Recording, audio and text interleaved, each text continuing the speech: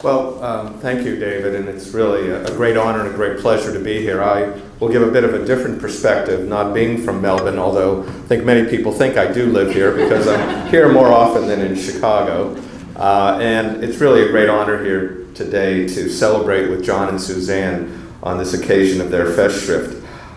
John reminded me, even as recent as just a few moments before we started today, that he and I both met each other in 1977 at a meeting in Lake Saranac, New York, on macrophage biology, for all things.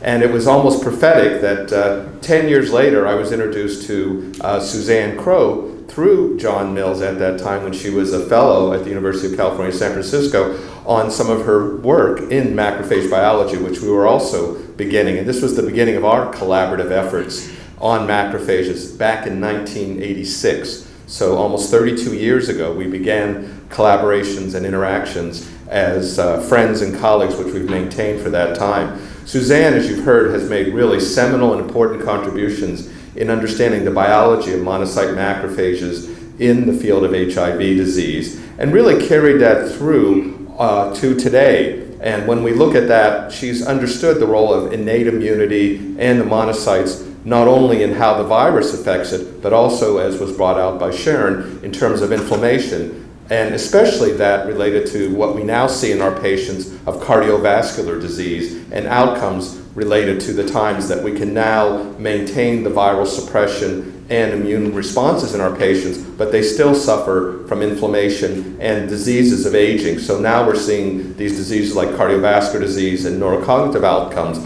all of which are related to the monocyte macrophage. So Suzanne's work, which we've actually collaborated on throughout those years, really has brought us now full circle back to looking at the monocyte macrophage again today. And it really has been a great career for her to see all those discoveries really reach international proportions. And I think she's really been recognized through that. She's also, which I don't think anybody's mentioned today, has sat on the international committees for monocyte nomenclature. So she's actually played an important role for naming the different subsets of monocytes and understanding the basic biology of that cell on a global basis. So she's really made important contributions.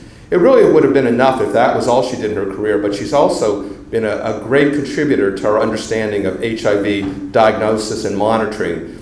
She has been the head of the WHO Reference Center for HIV resistance testing here in Melbourne. She has made great contributions to developing novel HIV viral load assays, which she's done in collaboration with John, and more importantly, was an area that I collaborated with her on, and with meeting David Anderson on an HIV CD4 test. You've heard many people mention that today. And it was Suzanne who called me one day and said, "Alan, let's work on this. This is a great area. I've got a friend, David Anderson, who's been working on this new test for hepatitis E, and I think we can apply it to HIV. So she convinced me to help with her write a Doris Duke grant. Now, she actually wrote the grant, but I think at that time I had to be the PI because being from outside of the US, you had to have a US collaborator, and it was a highly successful grant, which we then parlayed into a grant with the Bill and Melinda Gates Foundation, which really formed the foundation of moving the CD4 test to now, in terms of where it stands today, in commercial development.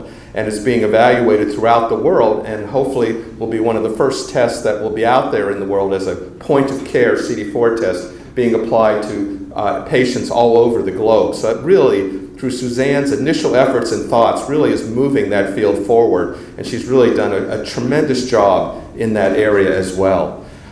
It's not only there that she's done tremendous contributions in those areas, but she's really been a great friend and a colleague in helping to guide the field and guide students. And many of those students that are here in the audience today, she's been kind enough to send to my laboratory in Chicago, and I think that's led to a number of great collaborations and publications together.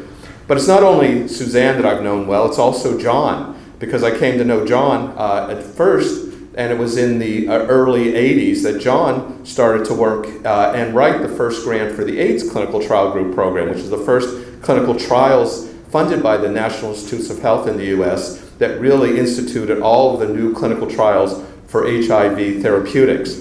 And in one of the quotes I saw in an article that was written by the ACTG, it was actually, I think John said, the first time he ever used a computer was writing that grant in 1985. And so it was through that grant that I came to know John, because in Chicago I was also working with the group of the ACTG, and we came to interact a bit through that area. And John really pushed forward on the areas of opportunistic infections and headed up that committee, the first committee for OIs in the ACTG in studies of pneumocystis carinii pneumonia and cytomegalovirus. Interestingly enough, that was in the late 80s where we were concerned about CMV retinitis, PCP. We didn't have only AZT therapy beginning to be implemented at that time. If we now fast forward to 2018, we're actually back to studying CMV again, John, and we're now instituting a new protocol for CMV, not because of the disease of retinitis, but because of aging effects and potentially inflammation, CMV driving inflammation. So John, we may call upon you again to get back involved with all your great history in working in CMV, because we're back to looking at those drugs again, once again in 2018. So everything in this field comes back around again.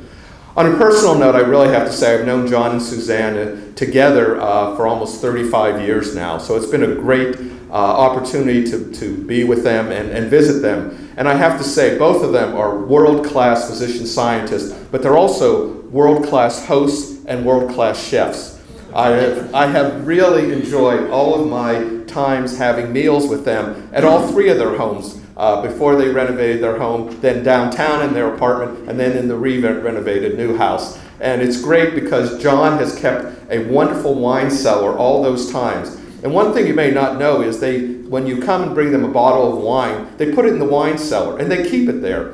And then they pull it out again when you come back. It could be a year later, it could be 5 years later. But he remembers exactly what bottle of wine you brought and now pulls it out and hosts you. So you've been wonderful hosts and wonderful friends throughout this time. And I really would like to thank you for that friendship and for everything that you've done for the field, both you, John, and Suzanne. I also have a few regards from some other friends that I've asked to write today, and one of them is Tom Denny, who both you and Suzanne and John know well. And I'll just read one quick quote from a note that Tom wrote. As you now take time to focus on other aspects of your life, should now you know that we share all the greatest admiration and respect for what you've accomplished during your career.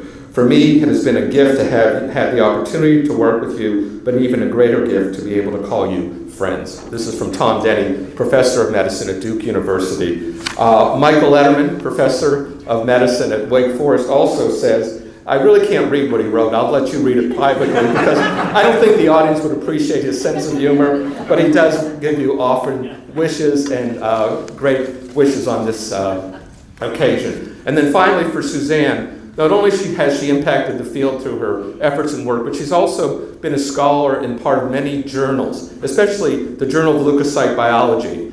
And I have been on the editorial board for quite a bit of time, and I called the editor-in-chief, Luis Montana, and said, I'm going to the Festschrift for Suzanne Crowe and John Mills. And he said, well, let's put together and get the entire editorial board to sign a card on behalf of Suzanne and all of her efforts she's made for this journal, which she's really contributed to greatly, hosted many meetings, written many articles, and really has made seminal contributions. So I have a card here for you, Suzanne, signed by the entire editorial board, which I brought here personally for you today. Again, I wish you all the best of luck in your future endeavors, and again, congratulations on this day.